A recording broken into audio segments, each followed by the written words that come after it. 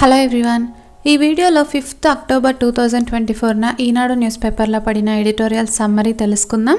First editorial వచ్చేసి మాదక రక్కసిపై సమిష్టి పోరు. ప్రభుత్వ లెక్కల ప్రకారం మన దేశంలో 10 కోట్ల మందికి పైగా డ్రగ్స్కి బానిసలైపోయారు. ఆంధ్రప్రదేశ్లో డ్రగ్స్కి బానిసలైన వాళ్ళు 20.19 లక్షల మంది వరకు ఉన్నారు. తెలంగాణలో వచ్చేసి 12 లక్షల మంది దాకా ఉన్నారు.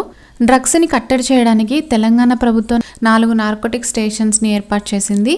ఆంధ్రప్రదేశ్ ప్రభుత్వం రాష్ట్ర స్థాయిలో ప్రత్యేక టాస్క్ ఫోర్స్ని, ఇంకా ప్రతి జిల్లాకి ఒక నార్కోటిక్స్ కంట్రోల్ సెల్ని ఏర్పాటు చేయాలని డిసైడ్ చేసుకుంది. ఒక అంతర్జాతీయ నివేదిక ప్రకారం దక్షిణాసియాలో అంటే సౌత్ ఏషియాలో మత్తు పదార్థాలకి అతిపెద్ద మార్కెట్ ఇండియానే అని తెలిసింది. అయితే ఎందుకు ఇంతగా డ్రగ్స్ సరఫరా, వినియోగం ఇవన్నీ ఎక్కువైపోయాయి అంటే ఈ నేరాల్ని అదుపు చేయడానికి ప్రభుత్వ సిబ్బందికి సరైన శిక్షణ లేకపోవడం, ఇంకా నమూనాలని సేకరించడంలో లోపాలు, ఇంకా పరీక్షలకి తగిన సదుపాయాలు ఉండకపోవడము, ప్రభుత్వ సంస్థల మధ్య కోఆపరేషన్ సరిగా ఉండకపోవడము, ఇంకా కేసు పడిన తర్వాత అవి చాలా కాలంగా తేలకపోవడము, వీటన్నిటి వల్ల డ్రగ్స్ సరఫరాని కట్టడి చేయలేకపోతున్నాము. అంతర్జాతీయ మత్తు పదార్థాల నిరోధక వ్యూహ నివేదిక ఏం చెప్పిందంటే, డ్రగ్స్ పై పోరాటం చేయాలంటే ముఖ్యమైన స్టెప్స్ ఏంటంటే మాదక ద్రవ్యాలని గుర్తించడం, వాటి రవాణా వ్యవస్థను అడ్డుకోవడం, ఎవరైతే ఈ నేరాలకి పాల్పడుతున్నారో వాళ్ళని శిక్షించడం. అంతేకాకుండా ఇంకో ముఖ్యమైన పాయింట్ ఏంటంటే, ఎవరైతే డ్రగ్స్ బారిన పడి వ్యసనపరులుగా మారారో వాళ్ళని ఆ వ్యసనంలో నుంచి బయటపడేసి రక్షించడం. ఇవన్నీ కూడా డ్రగ్స్ పై పోరాటం చేయడంలో ముఖ్యమైన చర్యలు. కానీ మన దేశంలో ఇవేమీ కూడా కరెక్ట్గా జరగడం లేదు. కాబట్టి కేంద్ర ప్రభుత్వం ఇంకా రాష్ట్ర ప్రభుత్వాలు అన్నీ కలిసి ఇలాంటి చర్యలు చేపట్టి మన దేశానికి డ్రగ్స్ ముప్పును తప్పించాలి. నెక్స్ట్ ఎడిటోరియల్ వచ్చేసి కల్లోలిత పశ్చిమాసియా. ఇజ్రాయిల్ ఇరాన్కి ఆప్తమిత్రుడైనటువంటి హెజ్బొల్లా అధినేత హసన్ నస్రల్లాని చంపేసింది కదా. అయితే దానికి ప్రతీకారంగా వెంటనే ఎలాంటి చర్యలు తీసుకోవట్లేదని చెప్పి ఇరాన్ ప్రభుత్వానికి వ్యతిరేకంగా అక్కడ పెద్ద ఎత్తున ప్రదర్శనలు జరిగాయి. ఇరాన్ అధ్యక్షుడు మసూద్ పెజిష్కియాన్ది మెతక వైఖరి అని చెప్పి విమర్శలు వచ్చాయి. ఆ తర్వాత ఇరాన్ ఇజ్రాయిల్ మీద క్షిపణి దాడులు చేసింది.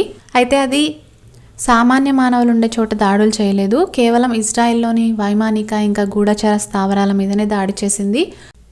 అంతేకాకుండా ఇజ్రాయిల్ ఇరాన్ చమురు కేంద్రాల మీద దాడి చేయడానికి ప్రయత్నిస్తుందన్న వార్తలు వస్తున్నాయి కదా. అందుకని ఇరాన్ ఇజ్రాయిల్ని హెచ్చరించింది, ఒకవేళ అలా దాడులు చేసినట్టయితే తక్షణమే ప్రతీకార చర్యలు ఉంటాయి అని చెప్పి హెచ్చరించింది. అయితే ఇంకో పాయింట్ ఏంటంటే, నస్రల్లా కాల్పుల విరమణకి సిద్ధంగా ఉన్నారని, ఇరాన్ కూడా అందుకు ఒప్పుకుందని వార్తలు వస్తున్న టైంలోనే నస్రల్లా హత్య అనేది జరిగింది. అందుకని కొందరు ఏమంటున్నారంటే, పశ్చిమాసియాలో సాధారణ పరిస్థితులు తిరిగి రాకూడదని కొంతమంది కోరుకుంటున్నారు, అందుకే ఇలా హత్య జరిగింది అని చెప్పి కొంతమంది అంటున్నారు. ఈ ఎడిటోరియల్ సంజయ్ కపూర్ గారు రాశారు. నెక్స్ట్ ఒక డేటా పబ్లిష్ అయింది, ఆయుధాలు అమెరికావే. అయితే గాజా మీద దాడులు చేస్తున్న ఇజ్రాయెల్కి ఫస్ట్ నుంచి కూడా వెపన్ సప్లై చేస్తుంది అమెరికానే కదా. ఇజ్రాయిల్ దగ్గరున్న మారణాయుధాల్లో అత్యధికం అమెరికా నుంచి దిగుమతి అయినవే. అయితే ఏ ఏ దేశాలు ఆయుధాలని అమెరికా నుంచి దిగుమతి చేసుకుంటున్నాయి, ఎంత దిగుమతి చేసుకుంటున్నాయి అంటే, Stockholm International Peace Research Institute నివేదిక ప్రకారం ఇజ్రాయిల్ తన ఆయుధాల్లో 78% అమెరికా నుంచే దిగుమతి చేసుకుంటుంది. కువైట్ తన ఆయుధాల్లో 70%, Saudi Arabia 62%, United Arab Emirates 57%, Iraq 52%, Qatar 50%, ఇంకా ఈజిప్ట్ 34% ఆయుధాలని అమెరికా నుంచే దిగుమతి చేసుకుంటుంది. నెక్స్ట్ ఎడిటోరియల్ వచ్చేసి ఎన్నికల బహిష్కరణకి బాయ్ బాయ్. జమ్మూ కాశ్మీర్లో రీసెంట్గా శాసనసభ ఎలక్షన్స్ జరిగాయి కదా. అందులో చాలా ప్రాంతాల్లో ఓటు వేసిన వాళ్ళ సంఖ్య ఇంతకు ముందుతో పోలిస్తే చాలా పెరిగింది. ఇలా పోలింగ్ పెరగడం చూస్తే అక్కడి ప్రజలు ప్రజాస్వామ్యాన్ని కోరుకుంటున్నారని అర్థమవుతుంది. ఇంకోటి ఏంటంటే, వాళ్ళ డిమాండ్లు సాధించుకోవాలి అని అంటే ఎన్నికల బహిష్కరణ కాదు, ఓటు హక్కు ఉపయోగించుకోవడమే కరెక్ట్ అని వాళ్ళు అర్థం చేసుకున్నారు. ఈ ఎడిటోరియల్ మొవజం మహమ్మద్ గారు రాశారు. That's it for this video. This is Aparna. Thank you so much for listening.